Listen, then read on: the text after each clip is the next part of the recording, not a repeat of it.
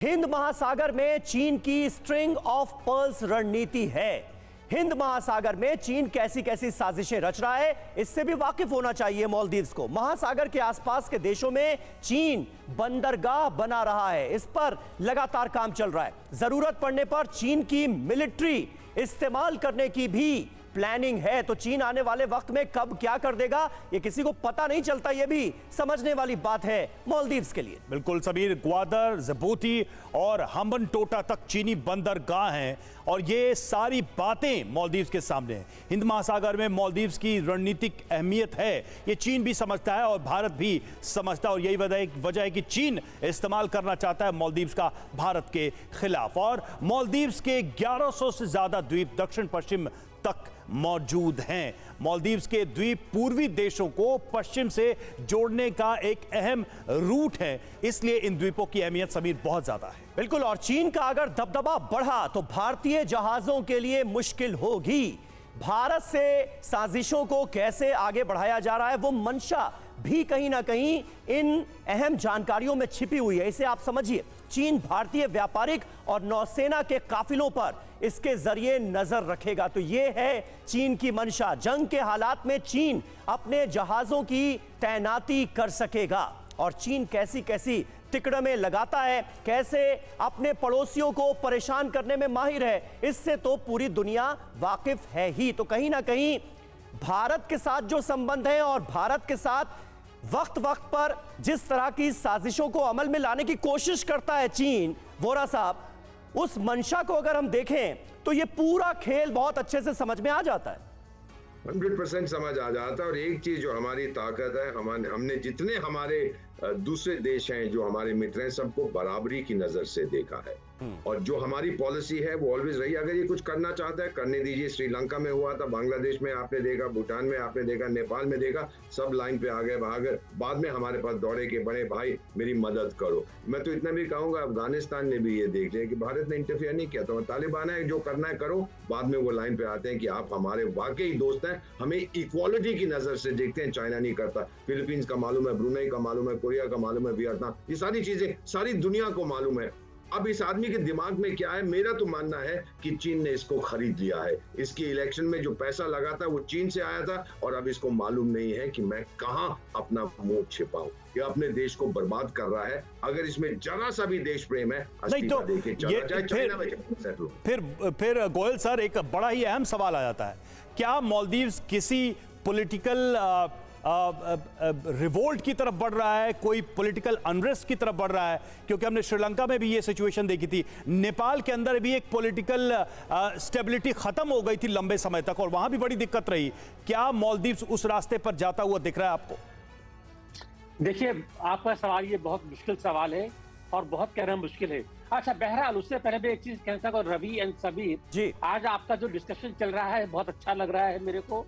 काफी हम डीप जा रहे हैं इसमें, काफी गहराई से इश्यूज को देख रहे हैं। Thank you very much. अब आपके सवाल की तरफ बढ़ता हूं। अगर आपको श्रीलंका का याद हो, नेपाल का याद हो कि जब मुश्किलें खड़ी हुई थी, जब उन मुश्किलों से आर्थिक हालात ऐसे पैदा हो गए कि जो आम जनता है उसको दिक्कतें पेश आनी शुरू हुई, तो वो सरकार के खिलाफ होना शुरू हो गए थे। अब अगर मालदीव्स का टूरिज्म या मालदीव्स की आर्थिक हालात इतनी खराब हो जाती है कि वहां के लोगों को मुश्किलों का सामना करना शुरू हो जाता है, तो जाहिर सी बात है कि वो सरकार के खिलाफ हो जाएंगे। अब उसमें कितना टाइम लगना है, कितना समय लगना है, ये और यहाँ पर ये बड़ा महत्वपूर्ण है, बड़ा महत्वपूर्ण है वोरा साहब, कि अभी तो भारत ने कुछ किया ही नहीं है।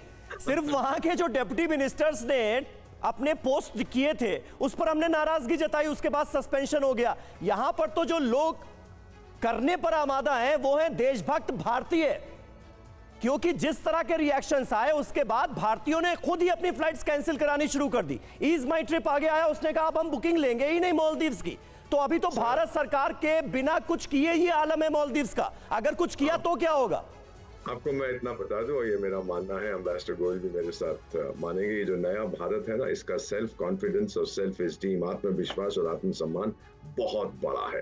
सर, मेरे जमीर को गाली मत दो जो इन 3 मिनिस्टर्स ने की है, नहीं तो एक हमारी कहावत है, पापी पेट, आपके पापी पेट पे ऐसी लात मारूंगा जो मैं मार रहा हूं, जो भारत के लोग मार रहे हैं समय, आपको पता नहीं लगेगा। सरकार ने, आपने बिल्कुल सही कहा है, हम बहुत मैच्योरिटी के साथ करते हैं। हमने वो गाली गलौज में कभी नहीं बिलीव किया। चाइना गाली देता, हम जवाब नहीं देते, श्रीलंका वाले देते थे, हमने जवाब नहीं दिया। बिल्कुल, और शायद यही वजह है कि भारत के डिप्लोमेटिक अप्रोच की एक अंतरराष्ट्रीय स्तर पर इज्जत है, रिस्पेक्ट है, एक ट्रस्ट है। भारत कुछ कहता है तो उसकी अहमियत रहती है, उसकी वैल्यू रहती है। लौटेंगे आपके पास, और देखिए चीन का जो कर्ज जाल जिसकी बार बार हम बात कर रहे हैं समीर, उसमें कैसे मालदीव फंसता जा रहा है, ये भी जरा देखिए क्या है ये जाल। तो चीन का 3 अरब 10 करोड़ डॉलर कर्ज है, देखिए, और बाहरी कर्ज में चीन का 70% हिस्सा है।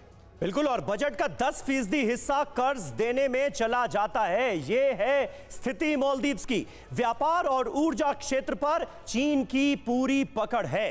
कई होटलों में चीन ने निवेश किया है, यह भी हकीकत है। कई द्वीप्स पर, कई आइलैंड्स पर चीन के कब्जे की भी आशंका है, और अगर अब मालदीव्स चीन पर और ज्यादा निर्भर होता है तो निश्चित तौर पर यह डेट नेट अपने पंख और फैलाएगा। ये जाल जो है ये और अपना दायरा बढ़ाएगा, और उसके बाद मालदीव्स की स्थिति क्या होगी ये हम और आप अंदाजा लगा सकते हैं।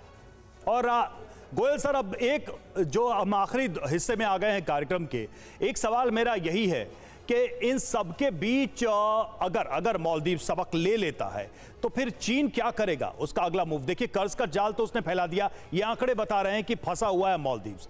चीन का अगला मूव क्या हो सकता है और भारत को उससे कैसे सतर्क रहने की जरूरत है? देखिए, चीन का अगला मूव तो जाहिर सी बात है कि चीन जितनी कोशिश करेगा कि मालदीव्स उसके डेट ट्रैप में जितना ज्यादा फंसता चला जाए, क्योंकि चीन की मंशा बेसिकली एक है यहाँ पर जी, कि भारत के खिलाफ उसके जितने एसेट डेवलप होते हैं वो डेवलप हों, और इंडियन ओशन में जितना उसका स्ट्रेटेजिकली स्टेशनिंग हो जाए, मिलिटरीली वो हो जाए, तो उस सबके लिए मालदीव काफी जरूर है। और मालदीव को डेट ट्रैप में फंसा करके, जैसे कि आपने कहा अभी कि कुछ द्वीप, कुछ आइलैंड भी उसके कब्जे में जा सकते हैं ये, और ये चीज एक काफी खतरनाक साबित हो जाएगी। तो चीन कोशिश करता रहेगा।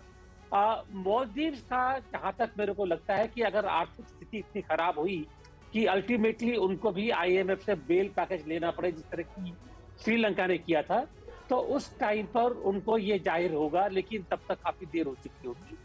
भारत को ये कोशिश करनी पड़ेगी कि हम अपने जो डिफेंस और अपनी स्ट्रेटेजिक सिचुएशन को देखते हुए, अगर मालदीव्स उस सिचुएशन में जाने से पहले संभल जाए, बातचीत जारी रखें, उनके जो मंत्री हैं, जो जैसे वहां पर जो